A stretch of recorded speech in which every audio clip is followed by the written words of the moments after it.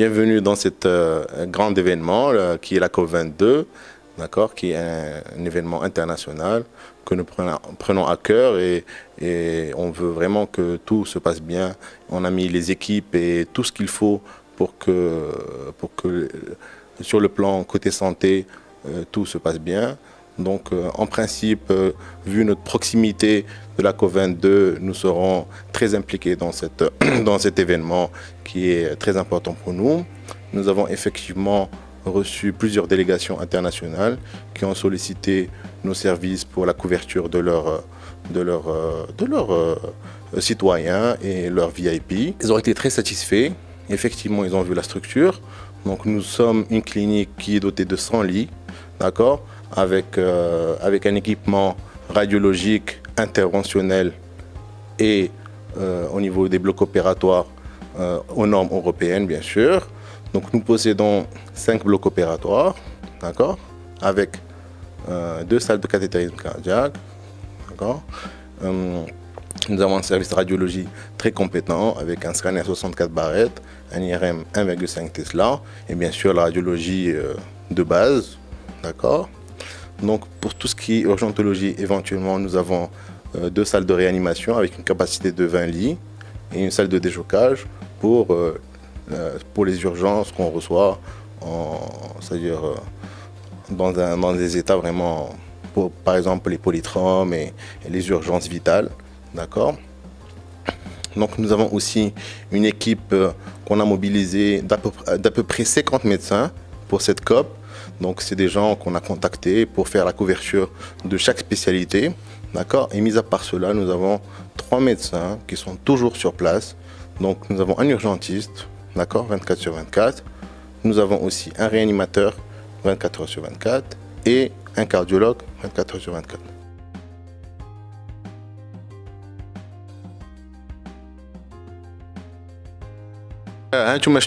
Pendant l'interview, on a reçu une urgence. Justement, l'organisation de la COP22, donc il a fait un infarctus, c'est-à-dire d'accord. Donc, en urgence rapidement et il faut agir avant 6 heures. D'accord, avant qu'il y ait de nécrose. Donc voilà, on l'a fait par voie radiale.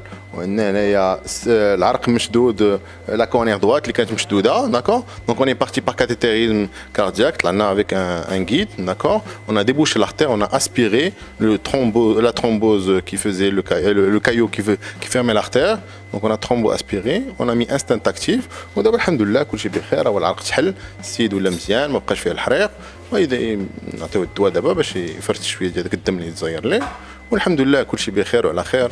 ونقدروا نكملوا الانترفيو ديالنا. Nous avons reçu par exemple tout ce qui est organisation européenne et américaine qui ont été très exigeants par rapport aux équipements. D'accord, et surtout au protocole d'urgence, d'accord, par rapport aux admissions. Nous avons aussi parlé d'éventuellement des évacuations de masse, d'accord, avec la mobilisation de tous les médecins en même temps et de tous les lits aussi. Donc, et aussi de la capacité de bloc opératoire. Donc nous avons fait le tour par rapport à ça. Et suivant les nationalités, effectivement, nous avons reçu des exigences un petit peu extravagantes, comme des douches, par exemple, alors que des douches au niveau de l'admission, alors qu'on n'était pas encore équipé de ça par rapport aux éventuelles attaques chimiques. Nous avons aussi reçu les protocoles pour les tirs par balle, les attaques par balle, les attentats. Bon, donc nous avons préparé un peu tout ça pour satisfaire leurs exigences. Dans le cadre de la préparation de ces COP22, donc on a voulu bien sûr se mettre à niveau et rajouter une deuxième salle de cathétérisme cardiaque. Vu qu'on en avait déjà une qui fonctionnait, on a rajouté une deuxième salle de cathétérisme cardiaque qui est toute neuve, on l'a acquis il y a 3 mois de temps devant. Et justement pour d'éventuelles urgences qui peuvent arriver en même temps, 2-3 personnes, ou là en cas de panne d'une salle, on a une deuxième salle, d'accord. Donc c'est des investissements coûteux, bien sûr. Donc ça, c'est une salle de cathétérisme cardiaque dernière génération pour justement faire ces artères coronaires, etc. Et aussi, dans le cadre de la prévention, nous avons aussi acquis l'ECMO, c'est-à-dire une circulation extracorporelle. C'est un appareil dernier cri voilà, on est les premiers à les avoir à Marrakech. Donc ça, c'est une circulation extracorporelle pour une éventuelle, un patient qui est en arrêt cardiaque et qui a besoin d'une circulation extracorporelle en urgence. On le branche directement avec cette machine et il peut rester longtemps. Pour la machine اللي تكلمتي عنها الآن كتقدر تخلي القلب la durée de combien d'heures؟ c'est-à-dire كدير الخدمة ديال القلب. هي كتخدم تقدر تخدم سيمانة 10 أيام وخا القلب يكون عيان هي كتخدم في بلاصة القلب. Nous, en fait, on voit que cette COP22 c'est-à-dire les participants et les VIP vont avoir une moyenne d'âge de 60 ans, d'accord, une soixantaine d'années. Donc c'est des gens qui sont susceptibles d'avoir des infarctus, des AVC. Donc, et nous avons fait des protocoles pour la prise en charge rapide de ces patients, vu qu'une intervention rapide est fondamentale et parfois même vitale.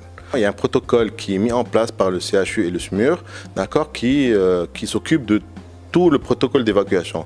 Nous actuons qu'au niveau de la clinique, c'est-à-dire quand on reçoit le patient, c'est là où commence notre rôle. Donc en principe, pour tout ce qui est évacuation, c'est le CHU qui s'occupe de ça, vis-à-vis, à travers leur numéro qui est le 141, d'accord. Donc pour toute urgence et évacuation, c'est le 141 qu'il faut contacter et à partir de là, c'est une prise en charge pour éventuelle évacuation vers nous ou vers l'endroit le plus proche de cette urgence. Nous sommes là pour faire cette couverture de COP22 tout en espérant que, bien sûr, que les incidents soient minimes et que tout se passe vraiment dans les règles de l'art. Nous sommes là pour faire la couverture et éventuellement couvrir les incidents qui peuvent éventuellement se passer dans cette COP22, tout en espérant que ce soit vraiment très minime.